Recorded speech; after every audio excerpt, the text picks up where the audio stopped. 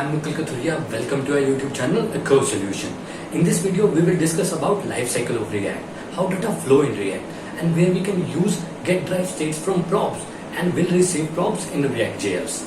I'm going to go over these topics, but before that, I need you to do me a quick favor and smash that thumbs up button below. Let's get started.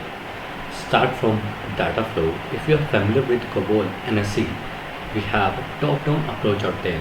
So in React, the data flow is of unidirection, like this one, from a parent component to a child component. So a question arises, why data flow in React is unidirection? It's because when the data flow in one direction, we can debug the problem very easily by using React developer tools. Let's move to a lifecycle methods in a class-based component. Most commonly, lifecycle methods are component did mount, component did update, component will unmount. As you can see in the diagram, these methods will trigger after render method when mounting components or even in updating. Now we will see implementation of all these lifecycle methods to understand more properly. Start with component did mount. As you can see in this project, I call the component did mount after render method. If you refresh the page, you can see a render method call first and then component did mount. So mainly what we put in the component did mount method, like if you want to fetch the data from the API, it's better to fetch the data in component did mount, or you can set the state as well in this method, like this one. Now move towards component did update method. As you already see in the diagram, it will also trigger after render method. So at what time it will trigger? When we change the value in the set state, it will trigger a component did update. As you can see, if we increment that value, it will trigger component did update and first the render method. And please note that do not use set state directly. If we put that, it will go into infinite loop. Now the component will unmount.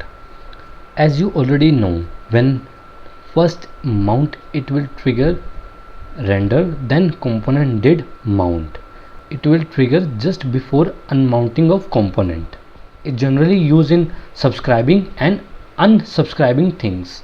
If we increment the value, it will mount that component and it will unmount accordingly. See, the component will unmount component is been rendered. Then it will trigger component will unmount. Now we will look at some rarely used lifecycle method. Like you see in the diagram, we will have getDerivedstatefromprops. Should component update, component will receive props. Now look carefully. These method will trigger just before a render method. So you have to be more careful before using that. Start with component will receive props. As you know, it will trigger before a render method.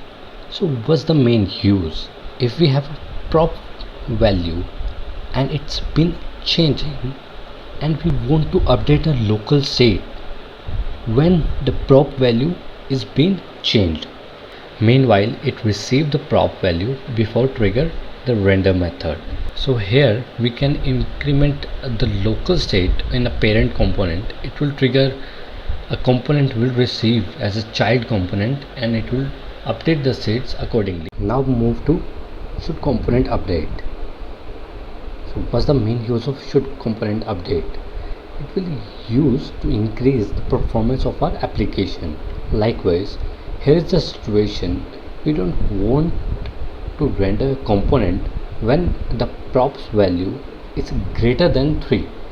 So here is like we pass a condition where it if it's greater than 3, it will not render the component. So if we are update the values in the parent component, it will render the child component as well. Now 2, 3, and now if it's greater than 3, it will not update the value because it's not rendered. You can see the parent component value is being changing, but the child component where like we are using the should component update is not render the component. At last get derived state from props. As we know, it also triggers just before a random method. Although you can say it's quite similar to a component will receive props. But yeah, it's a best alternative of component will receive props. In there, you do have to update the state value by using set state, and it will cause a force update. Instead of that, in get derived state from props, it will return the state as an object with the updated value. If a prop value is changed, it will return a square of that, and we are not using set state method to update the value of the local state.